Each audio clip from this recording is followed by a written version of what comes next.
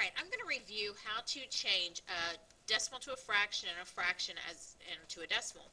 And what's important to realize here is that decimal and fractions can be written the same. They represent the same value. So I can say that I have 0.5 of something, but that's the same thing as saying that I have half of something.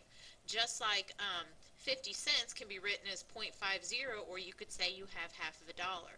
Numbers look different, but they represent the same value. So I'm going to review how to change decimals to fractions and then how to change fractions to decimals. So in order to change a decimal to a fraction, what you do is you look at the place of the last number. So the last number here is the 3, and the 3 is in the tens place. So this is written as 3/10, and that's even the correct way to say it, is to say 3/10. Instead of 0.3, you would say 3/10. And this cannot be simplified. You always want to simplify fractions if you can, but in this case it can't be simplified. On this decimal, if I want to write it as a fraction, I look at the last number, which is a 4, and it's in the hundredths place. So this is 44 over 100. This fraction can be simplified. 44 and 100 have a common factor. I'm going to use the factor 4 to divide the top and bottom by. And 44 divided by 4 is 11. 100 divided by 4 is 25. So 0.44, or 44 hundredths, is equal to 11 over 25. For here, we have 0.12. The 2 is in the hundredths place, so this is 12 hundredths, which simplifies let's divide by 2, which is equal to 6 over 50. I can divide by 2 again, and that gives me 3 over 25. We have 0.325. The 5 is in the thousandths place. So this is 325 over 1,000.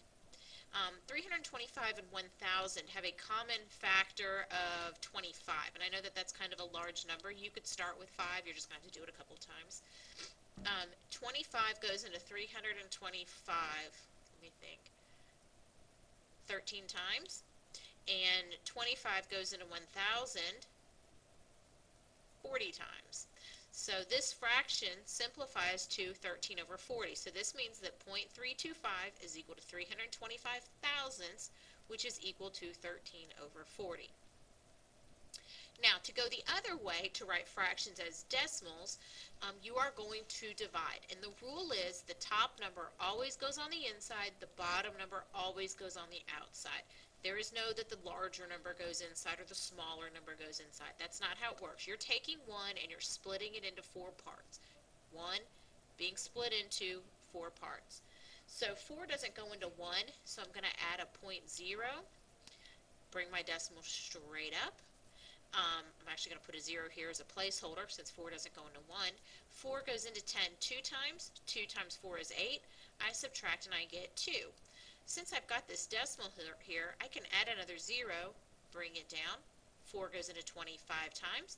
5 times 4 is 20. Subtract and get 0, and I'm done. So 1/4 is equal to 0.25. Okay, they have the exact same value. Alright, 4/7 as a decimal is 4 divided by 7. 7 doesn't go into 4, so we're going to add a decimal and a 0 and bring that decimal straight up. 7 goes into 45 times. 5 times 7 is 35. Subtract and I get 5. Again, there's already a decimal there, so I can add a 0, bring it down. 7 goes into 57 times. 7 times 7 is 49. Subtract and get 1. Add a 0, bring it on down. 7 goes into 10 one time. Now I can stop here because what I've been telling you guys in class is to round to the nearest hundredth. So you're going to divide to the thousandths place so that you can round to the nearest hundredths.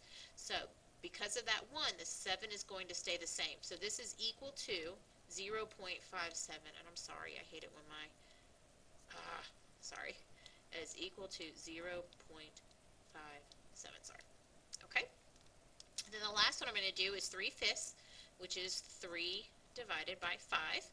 5 does not go into 3, So we're going to add a 0.0.